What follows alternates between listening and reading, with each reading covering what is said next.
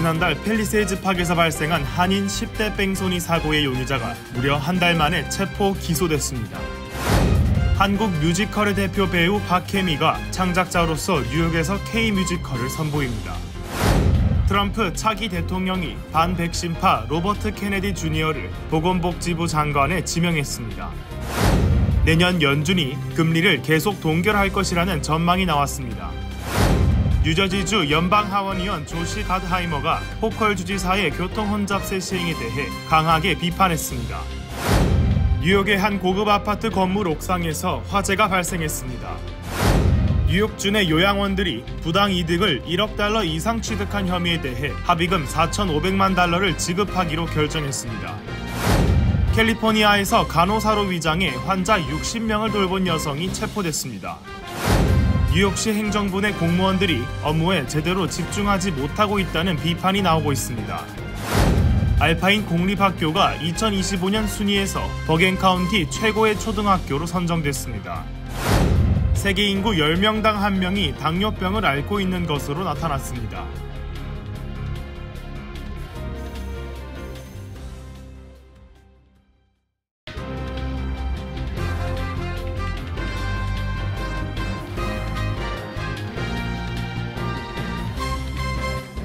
시청자 여러분 안녕하십니까? KBTV 뉴스9 전상입니다. 지난달 팰리세이즈 팍에서 발생한 한인 10대 뺑소니 사고의 용의자가 무려 한 달 만에 체포돼 기소됐습니다. 길현민 기자의 보도입니다. 버겐 카운티 검사국에 따르면 지난 수요일 사건 발생 한 달이 지나 28세 남성 휴고 파즈 라주즈를 체포했다고 전했습니다.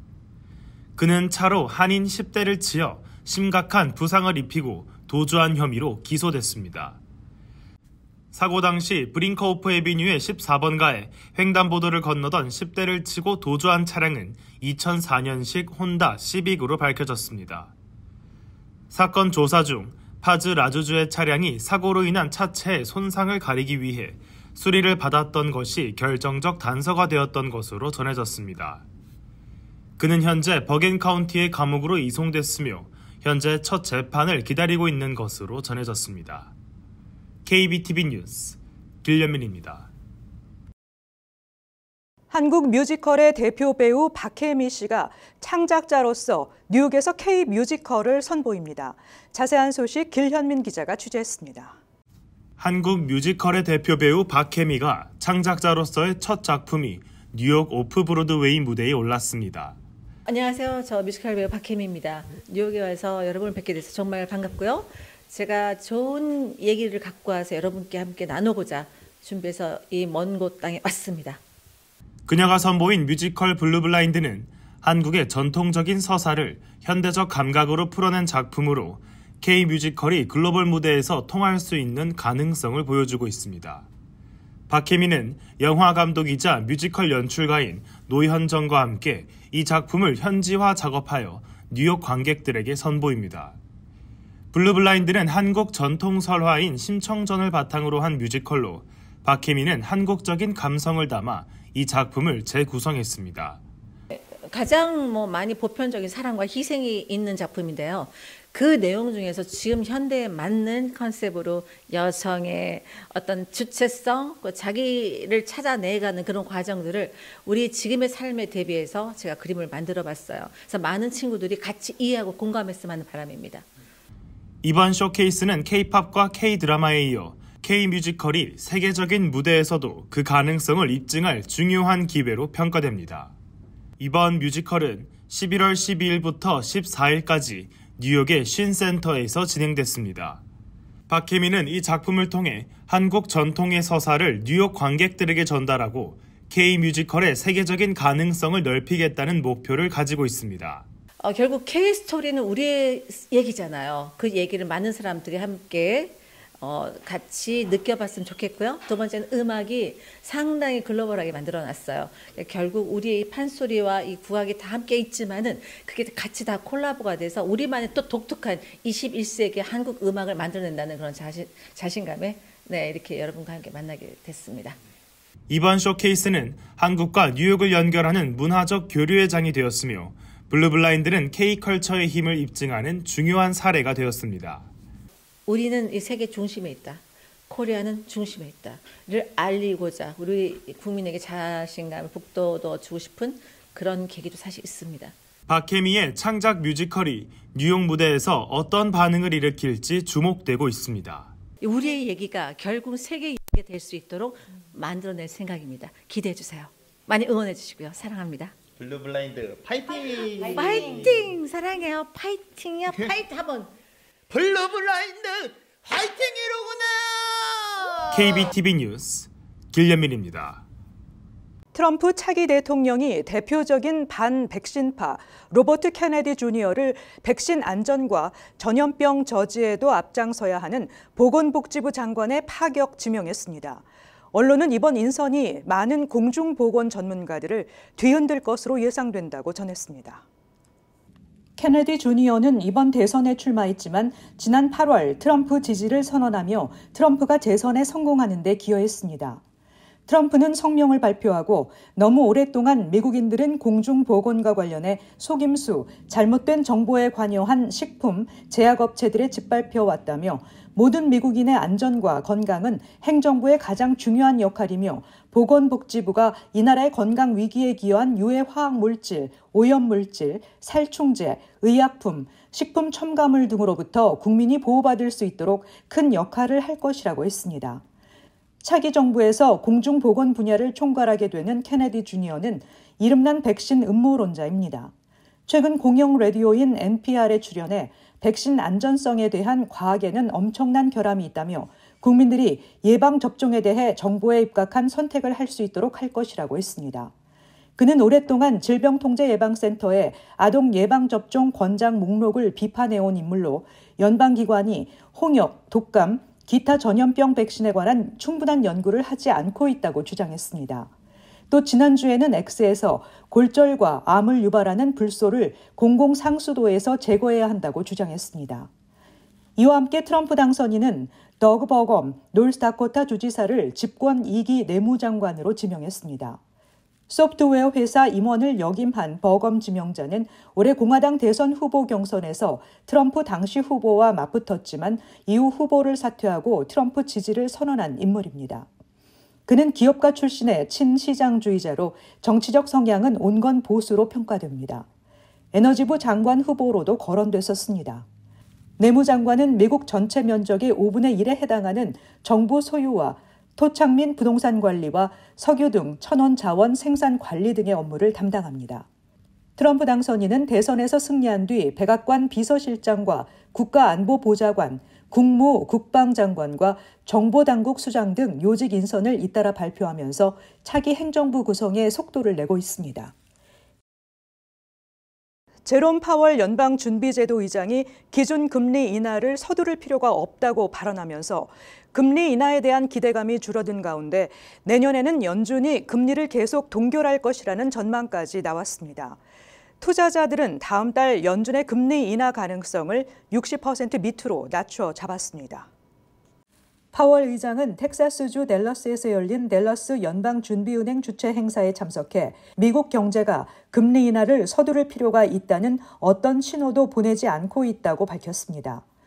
파월 의장은 노동시장 여건이 대체로 균형을 잡고 있고 인플레이션 전망도 잘 고정돼 있다며 인플레이션이 우리의 2% 목표 수준으로 지속해서 둔화할 것으로 기대한다며 우리가 목격하는 경제는 통화정책 결정을 신중하게 접근할 만한 능력을 제공한다고 판단했습니다. 연준은 2022년 3월부터 30개월간 5.25에서 5.55%까지 끌어올렸던 기준금리를 지난 9월 연방공개시장위원회 정례회의에서 방향을 바꿔 B컷을 단행했고 지난 7일 회의에서도 0.25%를 추가로 내렸습니다. 미국의 현행 기준금리는 4.5에서 4.75%입니다. 금융시장은 지난 9월 연준 경제 전망을 토대로 연내 마지막인 다음 달 0.25%포인트를 추가로 인하할 것으로 내다봤습니다.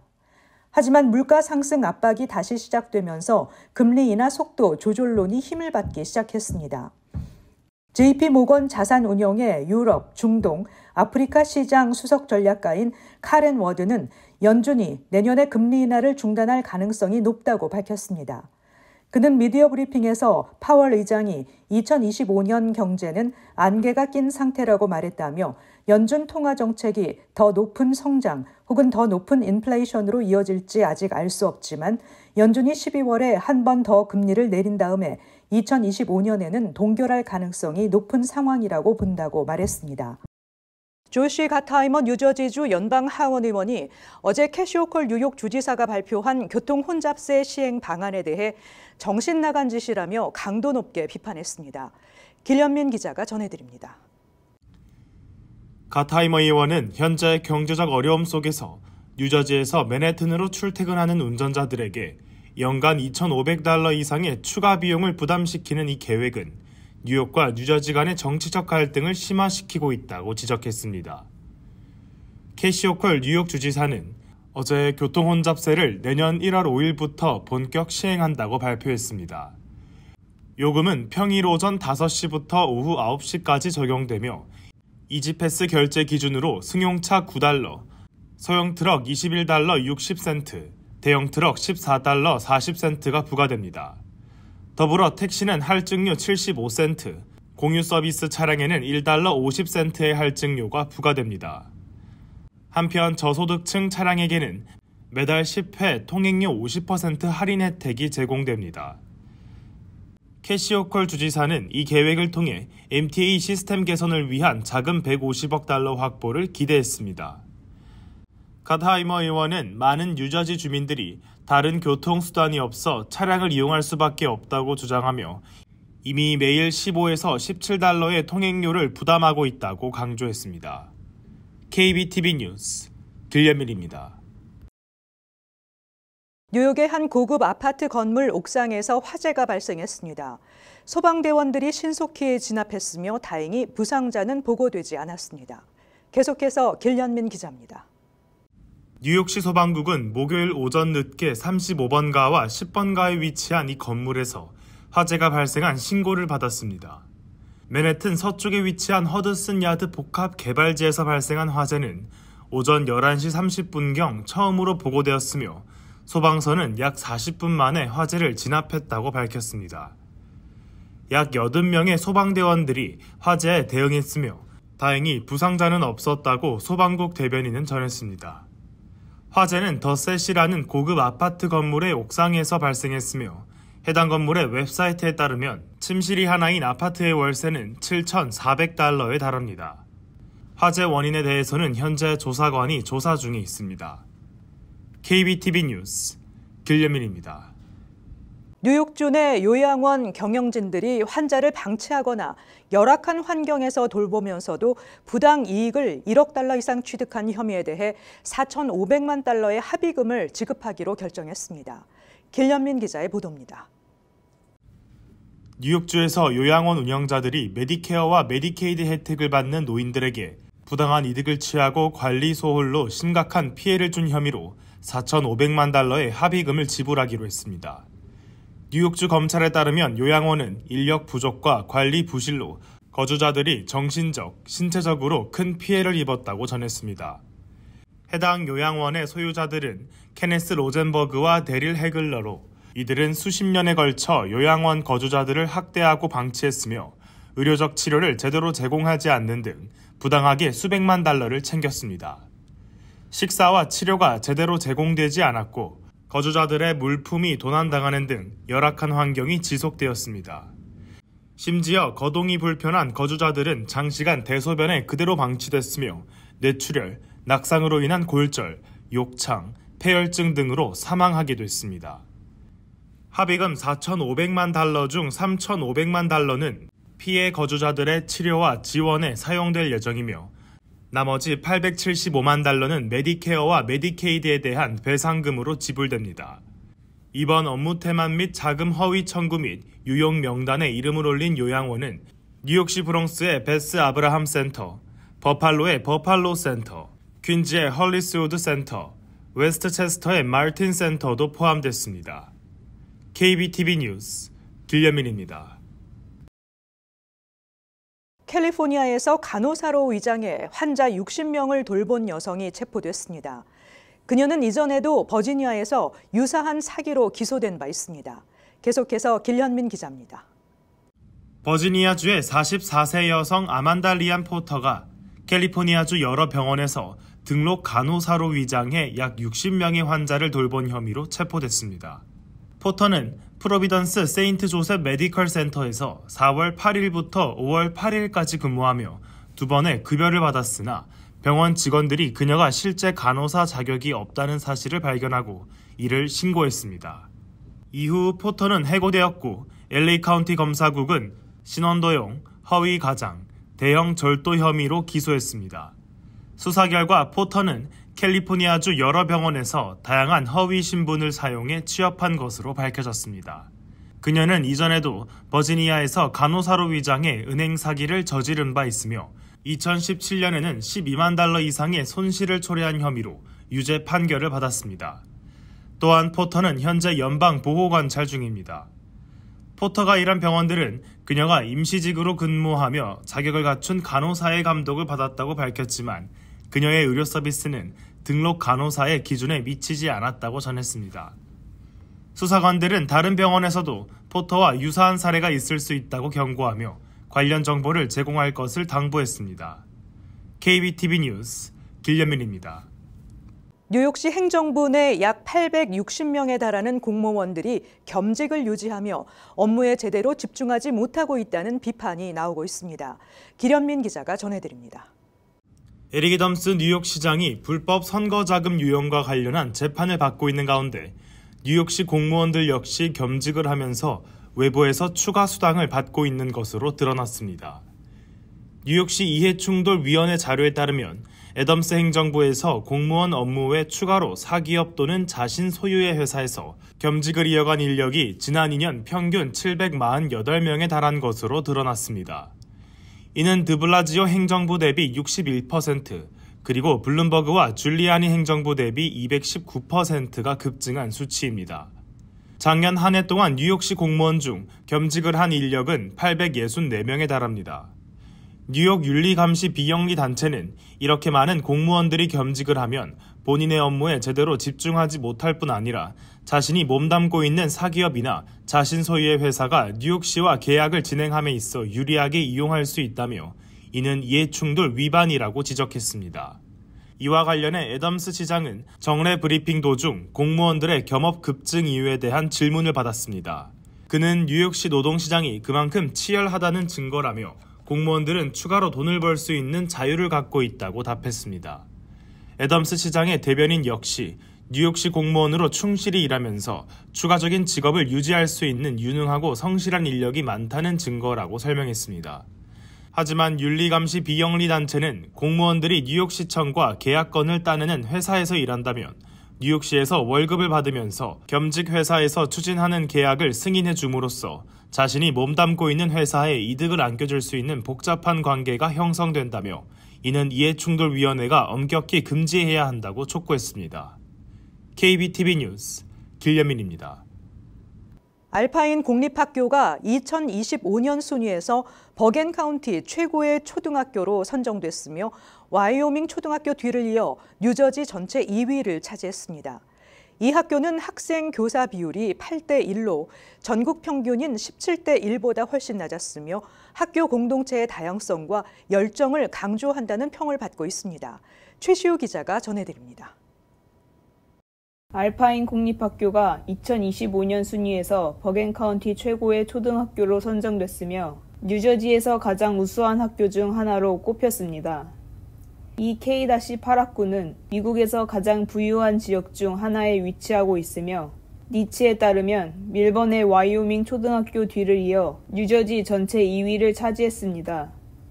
니치는 학교 학군을 조사하며 주 평가, 시험 점수, 다양성 및 지역사회의 반응 등 여러 요소를 기반으로 순위를 매깁니다. 알파인 공립학교는 학생 수 165명의 학생 교사 비율이 8대1로 전국 평균인 17대1보다 훨씬 낮습니다.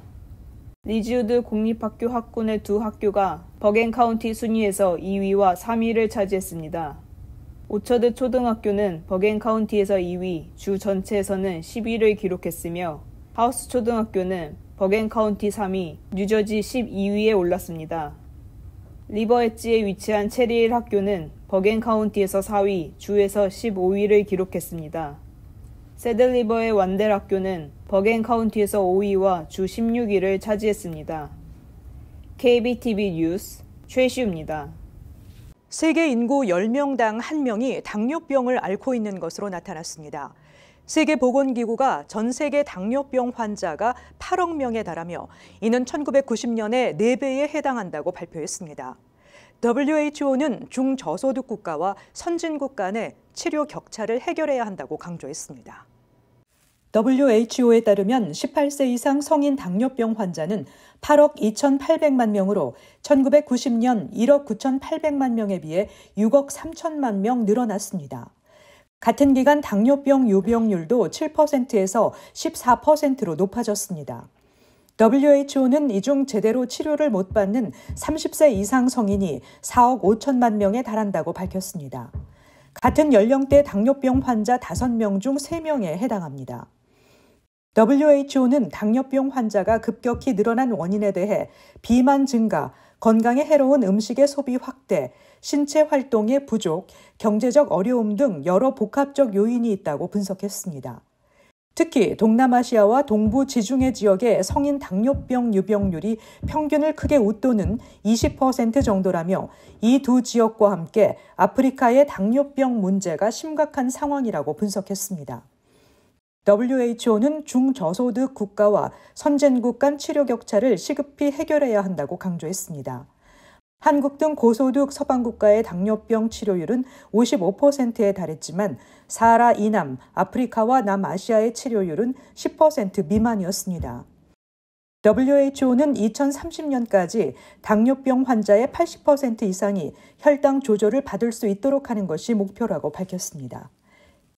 주간 승용차 기준 $9를 부과하는 교통 혼잡료가 1월 5일 자정부터 시행될 전망입니다.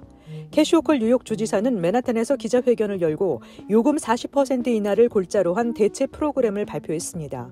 계획대로라면 이달 18일 메트로폴리탄 교통공사 이사회를 통해 검토 후 시행됩니다. 이에 따라 주간 기준 이지패스 승용차 $9, 오토바이 $4 50센트, 소형 트럭, 비통근용 버스 $14 40센트, 대형 트럭과 관광버스 $21 60센트가 1일 1회 부과됩니다. 택시는 75센트, 앱 기반 공유 차량은 $1 50센트를 고객이 할증료 방식으로 부담합니다. 야간엔 주간 요금 대비 75% 할인된 금액이 적용됩니다. 뉴저지주와 맨하탄을 잇는 패스트트레인 할인 대상에 내년 여름 장애인도 포함하는 방안이 검토 중입니다. 크레딧카드나 스마트폰 터치 등으로 결제할 수 있는 탭 시스템의 적용 대상이 늘어난 데 따른 조치로 빠르면 내년 봄 신청을 목표로 하고 있습니다. 주지사실 등은 장애인 커뮤니티와 연계해 할인을 보다 쉽게 하는 방안을 고려하고 있으며 현재 시니어가 홈페이지를 통해 혜택을 받듯 동일한 시스템으로 꾸릴 계획입니다. 구치안은 앞으로 발표됩니다. 한편 이날 패스트트레인 스마트링크에 따르면 시니어의 할인 요금은 $1 25센트입니다. 버겐 카운티 고등법원에 제기된 소송에 따르면 사우스 해켄색의 얼란 파티 앤 텐트 렌탈 회사 소유주이자 대표인 로버트 폭스가 차별적 대우와 보복을 통해 적대적인 근무 환경을 조성했다며 전직 사무실 관리자가 회사를 상대로 소송을 제기했습니다. 그녀는 성차별을 포함한 다양한 직장 불만 사항을 주장하며 10월 30일에 사임하도록 강요당했다고 주장했습니다. 그녀는 또한 점심시간 제한, 하일 착용 제한, 임신 중 휴가를 사용하지 말라는 압력 등 성차별을 받았다고 주장하고 있습니다. 그녀는 소송에서 근로자들이 텐트 설치와 화학물질 취급에 대한 교육을 받지 못했으며 이는 주와 연방안전법을 위반한 것이라고 주장했습니다. 상무부는 10월 소매 판매가 7억 189억 달러로 전월보다 0.4% 증가했다고 밝혔습니다. 이는 전월에 비해 0.3% 증가를 예상한 다우존스 집계 전문가 전망을 웃도는 수치입니다. 전년 같은 기간에 비해서는 2.8% 상승했습니다. 월간 소매 판매 지표는 전체 소비 중 상품 판매 실적을 주로 집계하는 속보치 통계로 미국 경제의 중추인 소비의 변화를 가늠할 수 있는 지표로 여겨집니다. 시장 기대를 웃돈 소매 판매는 경기 둔화 우려에도 불구하고 미국의 소비가 견조하게 지속되고 있음을 시사합니다. 월가에서는 고금리 장기화와 임금 증가세 둔화, 가계의 초과 저축 고갈 등의 여파로 민간 소비가 둔화할 수 있다는 전망을 해왔습니다. 잠시 후 커뮤니티 브리핑을 전해드립니다.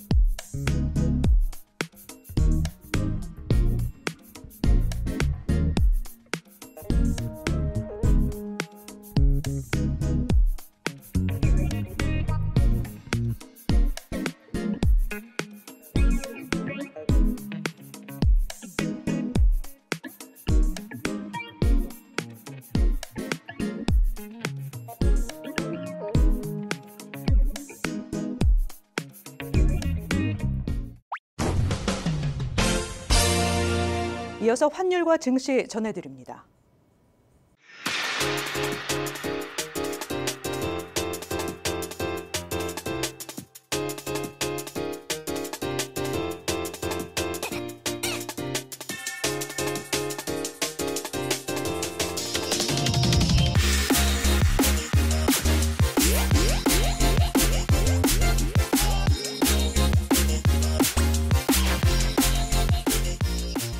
잠시 후 뉴욕과 뉴저지 날씨 전해드립니다.